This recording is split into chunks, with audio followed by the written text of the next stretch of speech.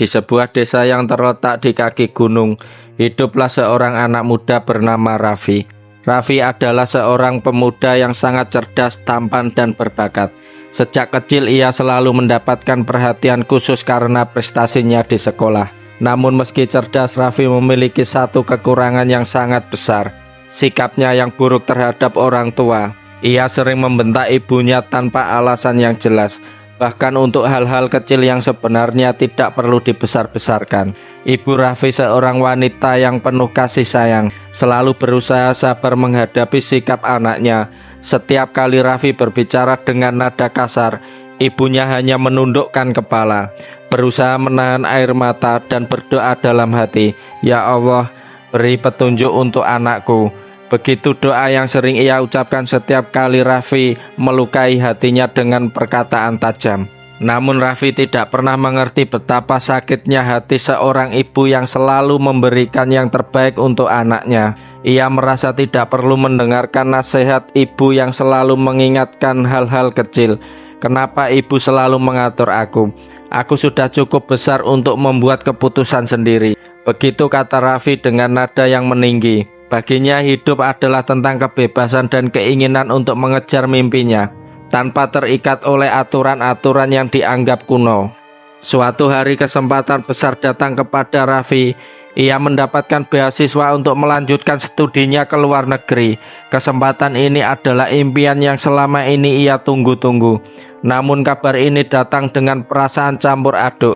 Ibunya meski merasa bahagia juga sangat khawatir. "Nak, selama kamu jauh dari kami, ingatlah selalu untuk menjaga dirimu. Jangan lupa untuk berdoa dan selalu ingat kepada Allah. Kami akan selalu mendoakan yang terbaik untukmu," kata ibunya dengan suara penuh kasih sayang. Raffi hanya mengangguk. "Iya Bu, aku tahu kok," jawabnya dengan santai meski dalam hatinya ada sedikit rasa jengkel. Ia merasa ibunya selalu berlebihan dan terlalu khawatir. "Aku sudah dewasa Bu, aku bisa menjaga diriku sendiri," begitu pikirnya. Di negeri asing itu Raffi merasakan kebebasan yang luar biasa. Tanpa pengawasan orang tua, ia mulai menghabiskan waktu dengan teman-teman barunya.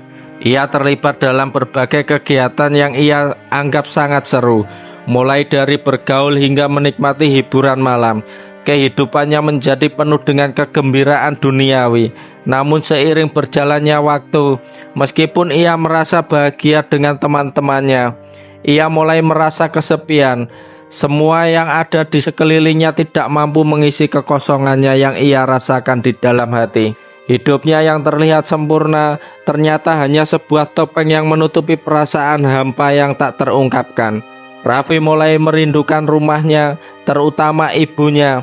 Namun rasa gengsi dan keinginan untuk mempertahankan kebebasannya membuatnya enggan untuk menghubungi ibu. Baginya itu adalah kelemahan. Ia merasa jika terlalu sering menghubungi ibunya, itu akan membuatnya terlihat tidak mandiri. Beberapa minggu kemudian, Raffi menerima kabar buruk melalui telepon. Ibunya terbaring sakit di rumah sakit setelah mengalami serangan stroke ringan. Raffi merasa terkejut dan cemas. Namun yang lebih membuatnya merasa bersalah adalah kenyataan bahwa ia sudah lama tidak menghubungi ibunya. Hati Raffi gelisah, tetapi perasaan ragu-ragu dan takut untuk menghadapi kenyataan membuatnya menunda untuk segera pulang. Hingga akhirnya setelah beberapa hari, ia memutuskan untuk pulang ke kampung halamannya. Namun ketika ia tiba, kondisi ibunya semakin buruk. Ibunya terbaring lemah di rumah sakit, tubuhnya kurus dan pucat. Raffi melihat wajah ibunya yang penuh kasih sayang meski dalam keadaan sakit. Hatinya semakin terasa berat melihat ibunya yang sangat terhina dan lemah. Namun tidak ada kata-kata yang bisa menenangkan perasaan bersalah yang mencekamnya. Ia mendekat ke tempat tidur ibunya. "Ibu, maafkan aku. Aku tahu aku telah banyak menyakitimu. Aku tidak tahu kenapa aku bisa menjadi anak yang begitu durhaka," kata Raffi dengan suara yang tercekat oleh air mata. Ibunya membuka mata dengan perlahan dan tersenyum lembut. "Nak, ibu sudah memaafkanmu sejak lama. Tidak ada yang lebih ibu inginkan selain kebahagiaanmu. Ibu tahu kamu akan berubah. jawab ibunya dengan suara yang lemah namun penuh kedamaian. Raffi memegang tangan ibunya yang dingin dan berbicara dengan penuh penyesalan. Aku menyesal ibu, aku menyesal telah membuatmu menangis dan membentakmu. Aku tidak pernah tahu betapa besar pengorbananmu untukku.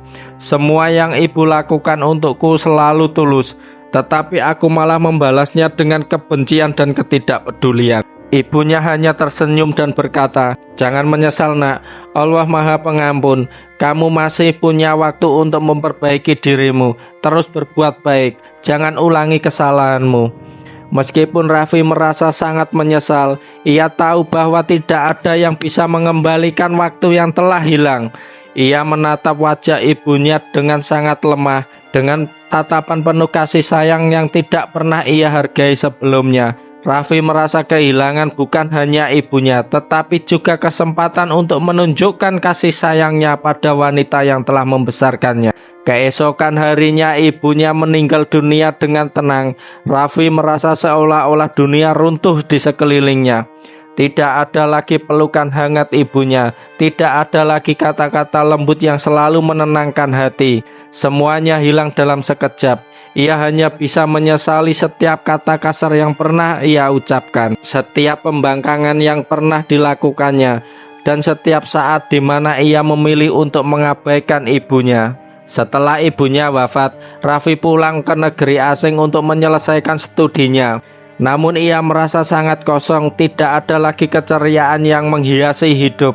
Teman-temannya, kegembiraan, dan semua pencapaian yang ia raih tidak mampu menghapus penyesalannya.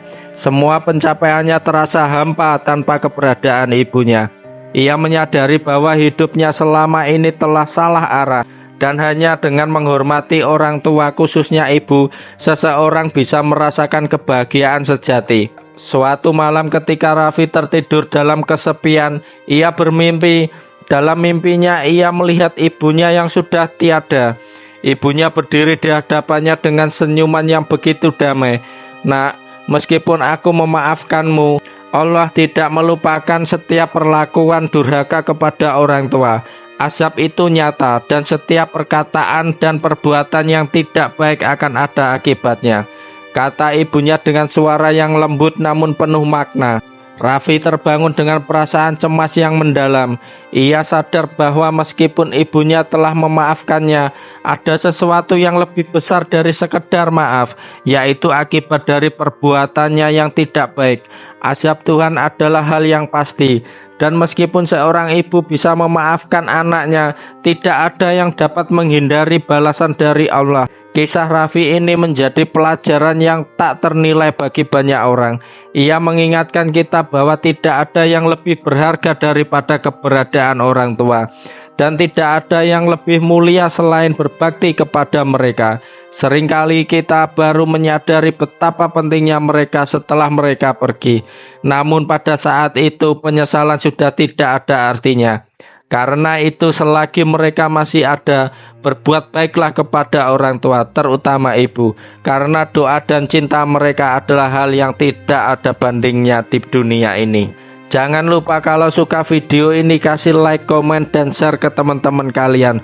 Dan pastinya subscribe untuk konten-konten cerita seru berikutnya.